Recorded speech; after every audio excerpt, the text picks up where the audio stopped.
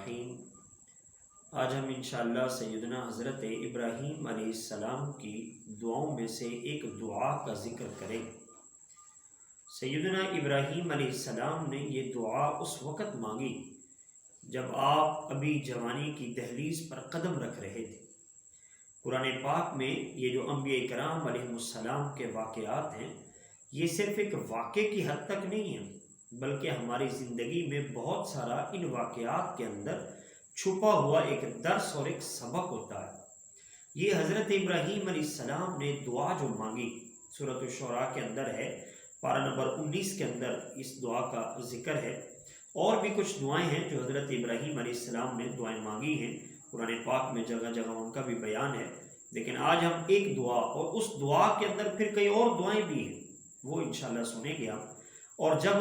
اس دعا کو اس تناظر میں رکھ کر ہم سمجھیں گے تو انشاءاللہ عز و جل بہت سارا فائدہ ہو۔ اللہ تعالیٰ قرآن پاک میں ارشاد فرماتا ہے، اذ قال لأبیہ وقومہ ما تعبدون۔ حضرت ابراہیم علیہ السلام نے اپنے باپ اور اپنی قوم سے کہا کہ تم یہ کن کی عبادت کر رہے ہو؟ اب باپ سے مراد یہاں عربی کے اندر اب کہتے ہیں، اب کا معنی باپ بھی ہوتا ہے اور اب کا معنی چچا بھی ہوتا ہے۔ تو علماء ایک تفسیر لکھتے ہیں کہ یہاں سے مراد حضرت ابراہیم علیہ السلام کے چچا ہیں، والد نہیں ہیں، تو باپ سے مراد وہ چچا ہے، کیونکہ اب دونوں معنوں میں استعمال ہوتا ہے۔ حضرت ابراہیم علیہ السلام نے فرمایا اپنی قوم سے اور اپنے چچا سے کہ تم یہ کیا کر رہے ہو، یہ جو بیٹھے ہو یہ کس کی عبادت کر رہے ہو؟ انہوں نے کہا نعبد اصناما فنظل لها عاکفین، ہم ان بتوں کی عبادت کر رہے ہیں اور ہم ان کے سامنے اعتکاف میں بیٹھتے ہیں۔ عاکف جم کر بیٹھ جانا، یعنی دنیا سے بالکل رغبت ختم کر کے، تعلق ختم کر کے، ناطہ ختم کر کے، ہمیں جب وقت ملتا ہے تو ہم ان بتوں کے سامنے عاکف ہو کر بیٹھ جاتے ہیں، وقوف کرتے ہیں، بیٹھ جاتے ہیں۔ ابراہیم علیہ السلام نے فرمایا قال هل يسمعونكم اذ تدعون، کیا یہ تمہاری بات سنتے ہیں جب تم انہیں بلاتے ہو؟ جب تم بلاتے ہو تمہاری بات سنتے ہیں؟ او ينفعونكم او يضرون، یا تمہیں کوئی نفع دیتے ہیں یا تمہیں کوئی نقصان دیتے ہیں؟ اب یہ ابراہیم علیہ السلام نے جب بات کی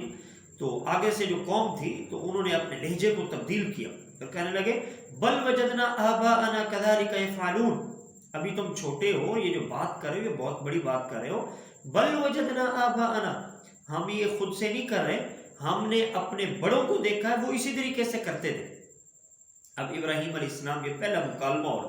حضرت ابراہیم علیہ السلام نے آگے فٹ فرمایا، آپ نے فوری طور پر فرمایا قال افرأیتم ما کنتم تعبدون انتم وآباؤکم الاقدمون، فرمایا جس کی تم عبادت کر رہے ہو نا، تم اور تمہارے جو بڑے تھے وہ سارے کے سارے گمراہ تھے، وہ سارے غلطی پر تھے، یہ تو نہ سن سکتے ہیں نہ نفع دے سکتے ہیں، تم ان کے سامنے بیٹھے ہو۔ اب حضرت ابراہیم علیہ السلام کی یہ جملہ اور آگے آپ نے فرمایا فَإِنَّهُمْ عَدُوٌّ لِّي إِلَّا رَبَّ الْعَالَمِينَ، یہ جو بیٹھے ہیں نا جن کے سامنے، تم بتوں کے سامنے، یہ میرے بھی دشمن ہیں اور اللہ رب العالمین کے بھی دشمن ہیں، یہ تم جن کی عبادت کر رہے۔ اب قوم کے ساتھ جب یہ پہلا مکالمہ ہوا تو وہ غصے سے آپے سے باہر ہونے لگے، لیکن کچھ کہہ نہیں سکتے تھے کیونکہ وہ حضرت ابراہیم علیہ السلام کی باتوں کے سامنے کیا تھے، وہ خاموش تھے۔ انہوں نے یہ فیصلہ کیا کہ ہم نے ابراہیم کو یہاں اپنے ساتھ رکھنا نہیں، ہم نے اس کو سائڈ پر کرنا ہے، اپنے ساتھ نہیں سے کھانا دینا، نہ کوئی پانی، نہ کوئی رہائش، کچھ بھی نہیں کرنا۔ حضرت ابراہیم علیہ السلام اور یعنی ابراہیم اور ہمارا رستہ الگ الگ ہو۔ اس وقت حضرت ابراہیم علیہ السلام نے جو جملے فرمائے تم مجھے الگ کر رہے ہو نا، تمہیں یہ ہے کہ شاید میرا کوئی حال پوچھنے والا نہیں ہوگا، یا میں کہیں مطلب میرا کوئی پرسان حال نہیں ہوگا، نہیں، الذی خلقنی فہو یہدین، وہ جس نے مجھے پیدا کیا ہے نا وہ مجھے آگے کے سارے راستے بھی دکھائے گا۔ بندے کے لیے جب راستہ بند ہو جائے تو اسے اللہ کی ذات پر یقین رکھنا چاہیے کہ جس نے پیدا کیا ہے نا وہ تنہا چھوڑ نہیں دے گا، چاہے ظلم، کفر، دشمن جتنی مرضی سازشیں کر لیں، انسان کا، مسلمان کا اللہ کے قرآن پر یہ یقین ہونا چاہیے کہ جس مالک نے مجھے وہ پیدا کیا ہے وہ میرے لیے راستے بھی کھولے گا۔ آگے بڑے پیارے جملے حضرت ابراہیم علیہ السلام نے ارشاد فرمایا تم سمجھ رہے ہو کہ میں بھوک سے مر جاؤں گا،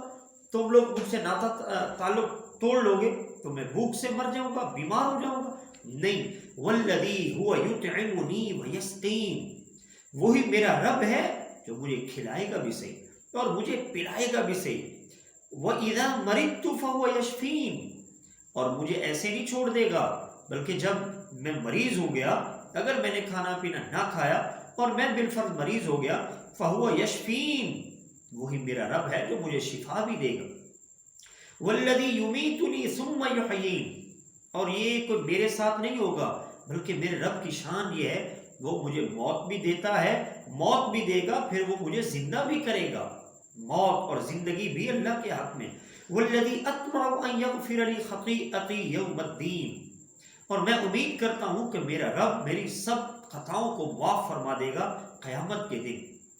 ابراہیم علیہ السلام نے جو دعا کی وہ دعا یہاں سے شروع ہو رہی، آپ نے فرمایا ربی حب لی حکما والحقنی بالصالحین، اے اللہ یہ جو میں نے فیصلہ کر لیا نا، مجھے اس فیصلے میں اب مضبوط بنا، مجھے مضبوط بنا، والحقنی بالصالحین، اور مجھے اپنے نیک لوگوں کی صحبت نصیب فرما دے۔ اس سے ہمیں بہت سارے درس ملتے ہیں۔ ایک تو یہ کہ جب انسان پختہ کسی کام کا ارادہ کر لے تو پھر اس پر ڈٹ جائے، جب درست کام ہے تو اس پر ڈٹ جائے، اور صالح صحبت، نیک صحبت کی بھی اللہ تعالیٰ سے دعا مانگنی چاہیے، کیونکہ صحبت ہی ہے جو انسان کو راہ راست پر لے آتی ہے، اور یہی صحبت ہے جو انسان کے بگاڑ کا سبب بنتی ہے۔ آگے فرمایا وَجْعَلْ لِي لِسَانَ صِدْقٍ فِي الْآخِرِينَ، سبحان اللہ، اور فرمایا میرے لیے لسان صدق فی الآخرین، یہ جو باتیں میں کہہ رہا ہوں نا، میرے بارے میں کوئی جھوٹ نہ پھیلے بلکہ آخری لوگوں میں آنے والوں میں بھی میرے لیے یہ بات سچی بنا دے۔ اب اس کی بہت ساری وضاحت ہے، اختصار کے ساتھ میں عرض کروں کہ ابراہیم علیہ السلام کئی ہزار سال پہلے آئے، لیکن ان کی سچائی کی جو دعا حضرت ابراہیم نے مانگی وہ دعا حضرت محمد صلی اللہ علیہ وآلہ وسلم کی صورت میں قبول ہوئی،